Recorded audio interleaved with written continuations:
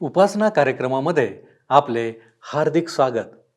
प्रियानो, आज आपण चौथ्या अध्यायाच्या शेवटच्या काही वचनांचा अभ्यास करणार आहोत आणि नंतर आपण 5वा अध्याय याचा परिचय करून घेणार आहोत. आजच्या अध्ययनात आपण प्रामुख्याने शुभवर्तमानातील येशूच्या निरनिराळ्या प्रवचनांबद्दल माहिती करून घेणार आहोत. 5व्या अध्यायामध्ये येशूचे डोंगरावरील प्रवचन आहे. त्याबद्दल आपण परिचयात्मक माहिती करून घेणार आहोत. तर मग चला प्रियानो, आपण आजच्या अध्ययनास सुरुवात करूया. श्रोत्यानो, आज आम्ही मत्तेकृत शुभवर्तमान 4था अध्याय 23व्या वचनापासून शेवटच्या वचनापर्यंत अभ्यास करणार आहोत. नंतर 5व्या अध्यायाचा परिचय आम्ही करून घेणार आहोत. आता लक्षात घ्या श्रोत्यानो, की येशू इस्रायलच्या उत्तरी भागात आहे. 23वं वचन आम्हाला सांगतं, नंतर येशू यहुदी लोकांच्या सभास्थानात सुवार्तेची घोषणा करीत व राज्याची सुवार्ता गाजवीत आणि लोकांचे सर्व प्रकारचे रोग व सर्व प्रकारची दुखणे बरी करीत गालिलभर फिरला. लक्षात घ्या की येशू त्यांच्या सभास्थानात शिकवित आहे आणि तो राज्याचा संदेश त्यांना देत आहे. हा संदेश काय आहे? राज्याचा शुभ संदेश, शुभवर्तमान हे आहे की परमेश्वराचे राज्य जवळ आले आहे आणि ते राजामध्ये आहे. त्यांनी त्याला ग्रहण करायचे आहे, त्याला स्वीकारायचे आहे. तो त्यांचे शारीरिक विकार, आजार सुद्धा दूर करतो. त्या दिवसात असे हजारो लोक होते ज्यांना ख्रिस्ताने बरे केले. मत्ते विशेष करून ही गोष्ट आम्हाला सांगत आहे. जर आम्ही पवित्र शास्त्र लक्षपूर्वक वाचू तर आम्हाला दिसेल की 2 किंवा 4 लोकांना त्याने बरे केले नाही, परंतु हजारो लोक त्याच्या स्पर्शाने, त्याच्या शब्दाने बरे होत असत. हेच कारण आहे की त्याच्या शत्रूंनी त्याने केलेल्या चमत्कारांविषयी प्रश्न केला नाही, कारण बरेच झालेले अनेक लोक त्याच्या भोवती वावरत असत. श्रोत्यानो, 24वं वचन सांगतं, आणि त्याची कीर्ती सूर्या देशभर पसरली. तेव्हा जे नाना प्रकारचे रोग आणि व्यथा ह्यांनी पीडलेले होते, जे भूतग्रस्त, फेंपरेकरी व पक्षघाती होते, अशा सर्व दुःखनायतांना त्याच्याकडे आणले आणि त्याने त्यांना बरे केले. श्रोत्यानो, हे जे बरे झालेले लोक होते ते येशू ख्रिस्ताच्या शत्रूंच्या समोर वावरत असत आणि त्यामुळे त्याविषयी त्यांनी कधीच प्रश्न उद्भवला नाही. लोकांची भीड आता लक्षात घ्या. 25वं वचन, मग गालिल, दकापलीस, यरुशलेम, यहुदिया व यार्देनेच्या पलीकडचा प्रदेश ह्यातून लोकांचे थवेच्या थवे त्याच्या मागे चालले. दकापलीस हा एक जिल्हा होता ज्यात 10 शहरे होती, जी गलीलच्या उत्तरे पूर्वेकडच्या भागात होती, अर्थात यार्देन नदीच्या पूर्वेकडे. लोक यरुशलेम, यहुदिया व पॅलेस्टाईनच्या दक्षिणेकडील भागातून व यार्देनेच्या पलीकडच्या भागातून, अर्थात बऱ्याच दुरून आलेत. पॅलेस्टाईनच्या उत्तरेकडील भागात येशू ख्रिस्त प्रचार करीत होता. जेव्हा आम्ही मत्तेकृत शुभवर्तमानाचे अध्ययन करतो तेव्हा आम्हाला हे लक्षात ठेवायचे आहे की मत्ते कशाही प्रकारे येशू ख्रिस्ताविषयी कालक्रमाला धरून केलेली नोंद आमच्या पुढे ठेवण्याचा प्रयत्न करीत नाही. तो त्याच्या शुभवर्तमानात ख्रिस्ताला राजाच्या रूपात सादर करीत आहे. जर आम्ही मत्तेकृत शुभवर्तमानातील हालचाली दृष्टी आड करू तर ह्या शुभवर्तमानाचा हेतू सुद्धा आम्ही गमावून बसू. सर्वप्रथम आम्ही पाहिले की ख्रिस्त राजा म्हणून जन्माला आला. त्याचा परिचय राजा म्हणून करून देण्यात आला. राजा म्हणून योहानाने त्याचा बाप्तिस्मा केला व आता आम्ही पाहिले की राजा म्हणून त्याची परीक्षा घेण्यात आली. संपूर्ण मत्तेकृत शुभवर्तमानात तो राजा आहे. श्रोत्यानो, प्रभू येशू ख्रिस्ताच्या परीक्षेने अनेक गोष्टी प्रगट केल्यात. श्रोत्यानो, परमेश्वराने येशू ख्रिस्ताने गुन्हा करावा ह्याविषयी प्रयत्न करून येशूला परीक्षेत टाकले नाही. त्याच्यासाठी ही खरी परीक्षा ठरली नसते, कारण ख्रिस्ताची प्रवृत्ती चांगले करण्याची होती. भाकर जीवनासाठी आवश्यक असल्यामुळे धोंड्यांना भाकरीमध्ये बदलवणे चांगली गोष्ट झाली असती. नंतर आम्ही त्याच्या सेवा काळात पाहतो की त्याने हजारो लोकांना भोजन देऊन तृप्त केले. परंतु सैतानाच्या ह्या परीक्षेचा मूळ उद्देश येशू ख्रिस्ताला देवाच्या इच्छेपासून दूर करणे होता. पुन्हा आम्ही हे सुद्धा पाहतो की ह्या परीक्षेच्या काळात ख्रिस्ताने सैतानाला देवाच्या वचनातून उत्तर दिले. दुसऱ्या शब्दात त्याने इफिस्करास पत्र 6 अध्याय आणि 17 वचनाप्रमाणे आत्म्याची तलवार अर्थात देवाच्या वचनांचा वापर केला. देवाच्या व मानवाच्या शत्रूचा सामना करण्याकरिता त्याने ही आत्म्याची तलवार वापरली. प्रत्येक वेळेला त्याचे उत्तर असे लिहिले आहे, असे होते. आम्ही ही आत्म्याची तलवार वापरण्याकरिता शिकायला हवे. ह्या दिवसात हेच आमचे हत्यार आहे आणि हे हत्यार फार प्रभावी आहे. दुसरी एक मनोवेधक गोष्ट म्हणजे येशू ख्रिस्ताने अनुवादाच्या पुस्तकातील वचनांचा उल्लेख केला. सैतानाची ही इच्छा होती की ख्रिस्ताने विविध चमत्कार करून धार्मिक पुढारी बनावे. परमेश्वराने दिलेले कार्य पूर्ण करण्याकरिता स्वतःला अर्पण करण्यापेक्षा त्याने अशा प्रकारे लोकांमध्ये आपले नाव कमवावे. पुढारी बनून त्याने स्वतःच्याच नावाला महिमा द्यावी. सैतानाच्या चालीप्रमाणे जर ख्रिस्ताने केले असते तर ख्रिस्ताचा वधस्तंभ चुकला असता. आज ज्याला आपण ख्रिस्तीपणा म्हणतो तो अधिक सैतानपणा, दुष्टपणा आहे, कारण त्यात अनेक वेळा ख्रिस्ताच्या वधस्तंभाला वगळण्यात येते. चमत्कारांद्वारे सैतान येशू ख्रिस्ताला एक धार्मिक पुढारी बनण्याकरिता सांगत आहे. चमत्कार करणाऱ्या लोकांच्या मागे जाणे फार धोक्याचे असते. आज अनेक लोक अशा प्रकारे विश्वास धरून आरोग्य देणाऱ्या, बरे करणाऱ्या लोकांच्या मागे जात आहेत. मी स्वतः श्रोत्यांनो विश्वासाद्वारे बरे होण्यावर व परमेश्वराच्या सामर्थ्यावर विश्वास ठेवते.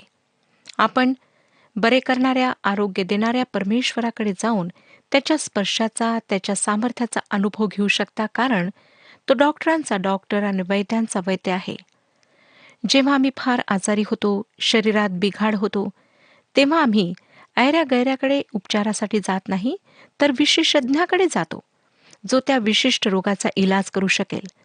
मी कित्येकदा माझ्या स्वतःच्या आरोग्यासाठी, माझ्या लेकरांच्या आरोग्यासाठी ह्याच जिवंत परमेश्वराकडे, जो सर्व रोगांचा विशेषज्ञ आहे, त्याच्याकडे गेले आहे.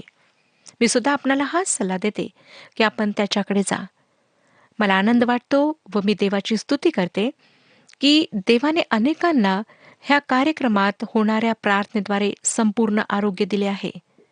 त्यांनी एखाद्या व्यक्तिविशेषवर विश्वास ठेवला नाही, तर त्यांनी परमेश्वरावर, आरोग्य देणाऱ्या सामर्थ्यावर विश्वास ठेवला. कोणीही चमत्कार करू शकत नाही. चमत्कार करणारा फक्त परमेश्वर आहे, जो जिवंत आहे. ज्या प्रकारे सैतानाची इच्छा होती की येशू ख्रिस्ताने सुद्धा चमत्कार करून धार्मिक पुढारी बनावे, तसे येशू ख्रिस्ताने केले नाही. आपल्या लक्षात येईल की सैतान वापस आला व त्याने पवित्र शास्त्रातील वचन उल्लेखले. स्तोत्रसंहिता 91 अध्याय 11 आणि 12 वचने. कारण तुझ्या सर्व मार्गात तुझे रक्षण करण्याची तुझ्याविषयी तो आपल्या दिव्य दूतांना आज्ञा देईल.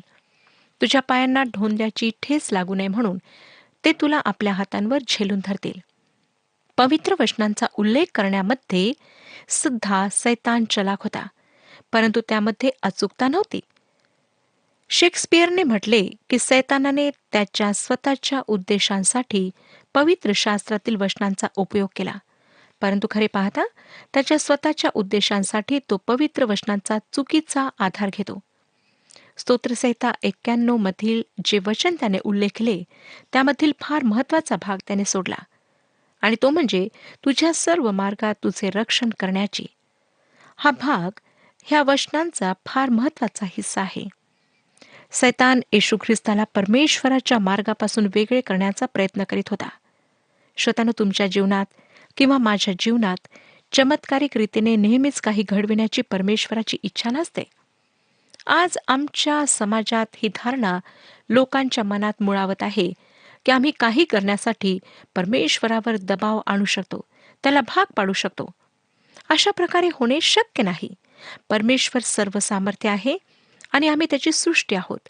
तो सृष्टीकर्ता आहे. आम्ही त्याच्या इच्छेच्या अधीन असायला हवे.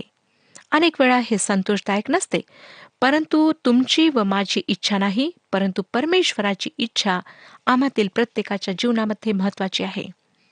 आता श्रोत्यांनो, ह्या परीक्षेविषयी दुसरी गोष्ट जी प्रश्न निर्माण करते ती म्हणजे सैतानाने ह्या जगातील राज्ये ख्रिस्ताला देव केलेत.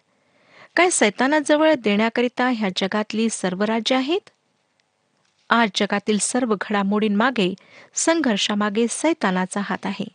सैतान ह्या सर्व उलाढाली करीत आहे. आमचा खरा शत्रू कोण हे आम्ही नेहमी लक्षात ठेवायला हवे. तो आमचा आत्मिक शत्रू आहे. तो परमेश्वर बनू पाहतो. स्मरणात आणा की त्याने ख्रिस्ताला काय म्हटले, तू पाया पडून मला नमन करशील तर मी हे सगळे काही तुला देईन. 11व्या वचनात आम्ही पाहिले की तिसऱ्या परीक्षेनंतर सैतानाने येशू ख्रिस्ताला काही वेळेसाठी सोडले. अर्थातच त्याने नेहमीसाठी त्याला सोडले नाही. आता आपण 5व्या अध्यायाकडे वळूया.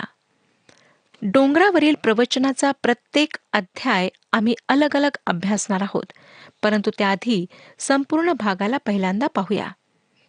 प्रभू येशू ख्रिस्ताने 4 महत्वाचे संभाषण किंवा प्रवचन केलेत. मत्ते कृष्णवर्तमानामध्ये 3 संभाषणांची नोंद आहे.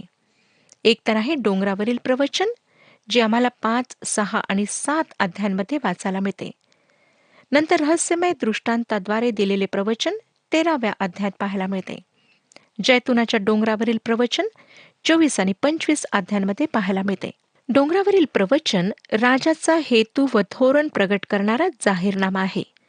दृष्टांताद्वारे देण्यात आलेले प्रवचन ख्रिस्ताला नाकारण्यात आल्यानंतर स्वर्गाचे राज्य कोणती दिशा घेईल हे दाखवतात. जैतुनाच्या डोंगरावरील प्रवचन हे भविष्यात्मक आहे, जे भविष्याकडे पाहते. योहान शुभवर्तमानात 4थे प्रवचन आम्हाला वाचायला मिळते, ज्यामध्ये नवीन सत्ते आणि ख्रिस्ताच्या मृत्यूच्या पुनरुत्थानाच्या स्वर्गावर घेतल्या जाण्याच्या व मध्यस्थ होण्याच्या दृष्टिकोनातून ह्याचा संबंध हाताळला गेला आहे. तुम्ही व मी ह्या प्रवचनाशी संबंधित आहोत.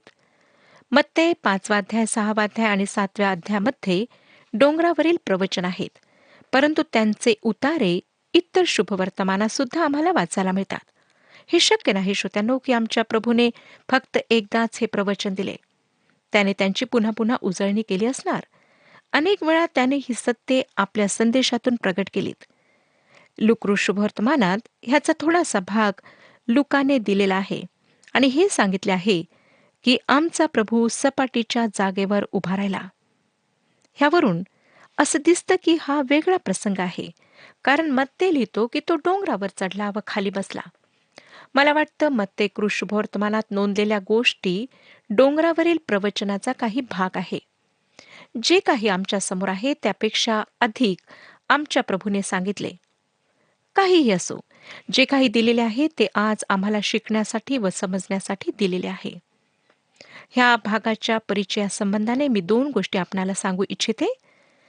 उदारमतवादी राजकारणातील तत्वाप्रमाणे डाव्या टोकाला आहेत. ते डोंगरावरील प्रवचनाला शुभवर्तमानाचा शुभ संदेशाप्रमाणे दर्जा देतात. असे दाखवतात जणू पवित्र शास्त्रातील हाच भाग अतिमहत्वाचा आहे.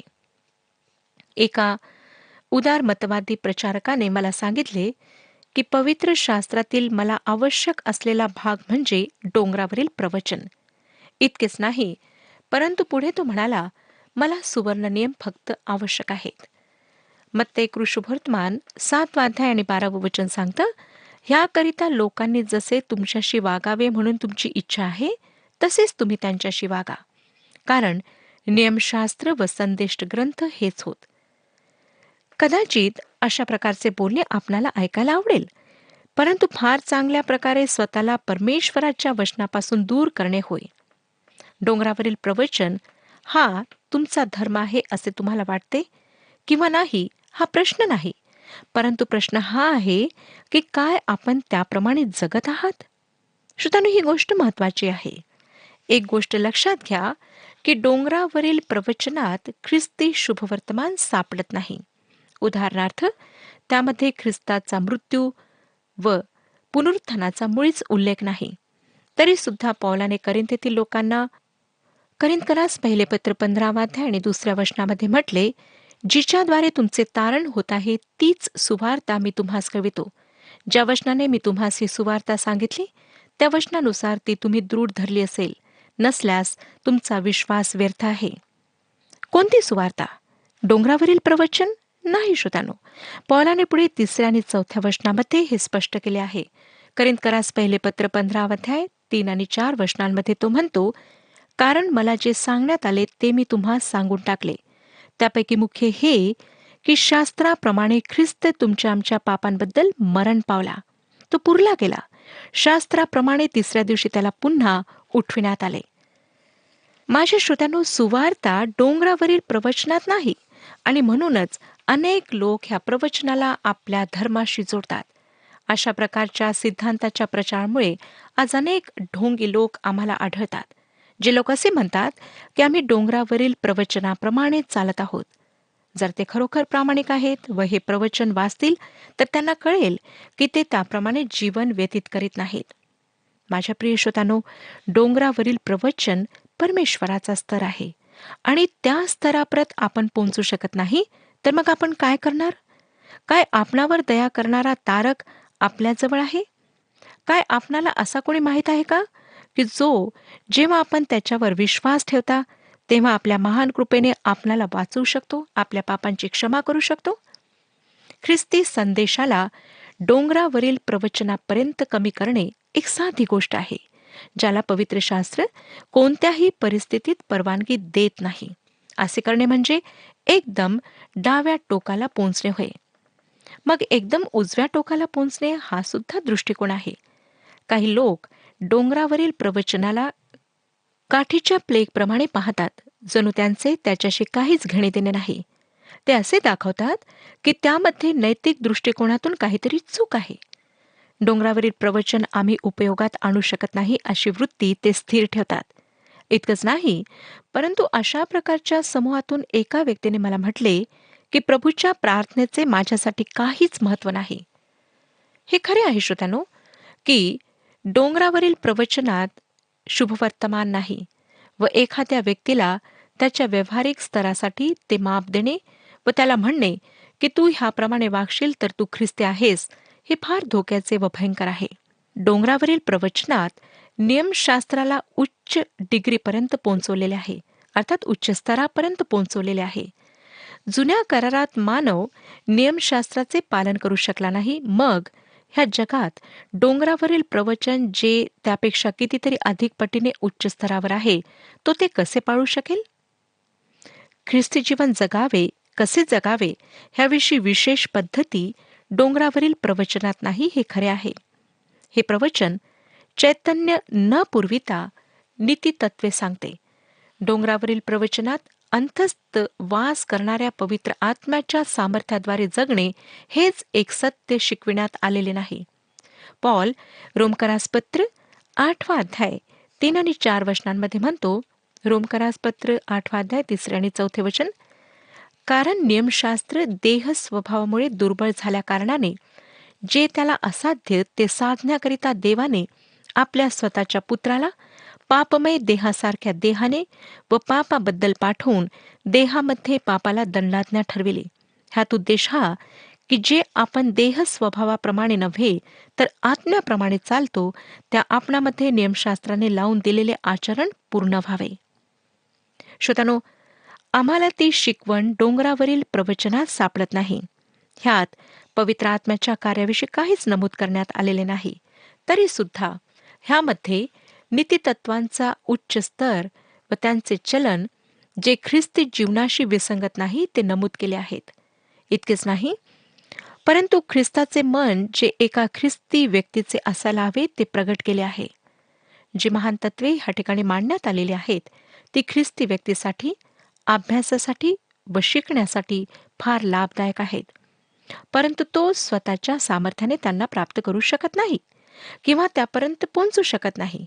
त्याला सामर्थ्य प्राप्त करण्यासाठी कोणाकडे तरी जाणे आवश्यक असते.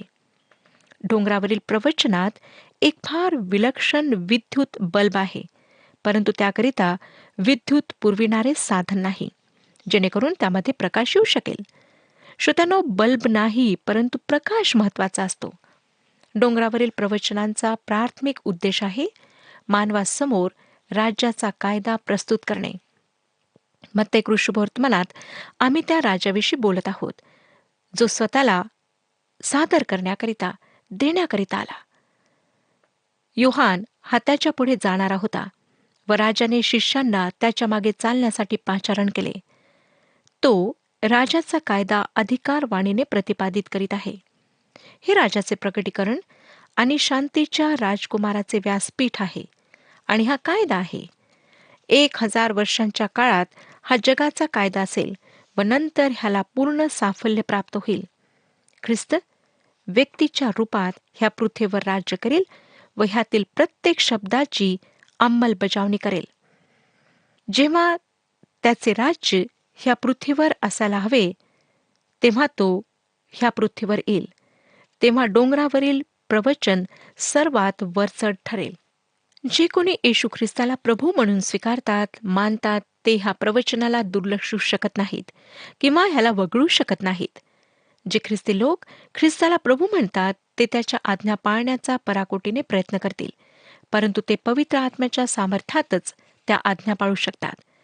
ह्या विद्रोही जगावर डोंगरावरील प्रवचनाला लादणे किंवा ह्याला पाळण्याची त्यांच्यावर जबरदस्ती करणे निरर्थक आहे.